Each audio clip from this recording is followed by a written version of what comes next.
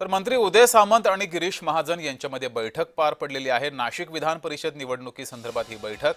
नरेंद्र दराडेंसमोर गोकुळ गीते, प्रसाद हिरे यांचं आव्हान कायम आहे। या दोघांनी अर्ज मागे घ्यावा यासाठी गेल्या अनेक दिवसांपासून प्रयत्नही सुरू आहेत। बैठकीपूर्वी महाजन यांनी गणेश गीते, प्रसाद हिरे यांच्यासोबत संवाद साधला अशी ही माहिती समोर येते आहे। सामंत महाजन बैठकीत या संदर्भात तोडगा निघणार का याकडे लक्ष आहे।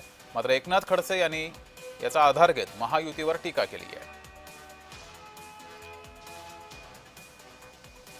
नाशिक शहरामध्ये गीते उभे आहेत आणि इथे रेश्मा काळे उभे आहे, शिवसेनेचे उमेदवार। दोघे ठिकाणी शिवसेनेचे उमेदवार उभे आहे आणि भाजपच्या उमेदवाराच्या विरुद्ध त्यांनी बंड केलेलं आहे। आता या ठिकाणी पाहिलं तर गिरीश महाजनांचे प्रभाव क्षेत्र आहे। या प्रभाव क्षेत्रामध्ये संकटमोचक म्हणून म्हणवणारे गिरीश महाजन अपयशी ठरले।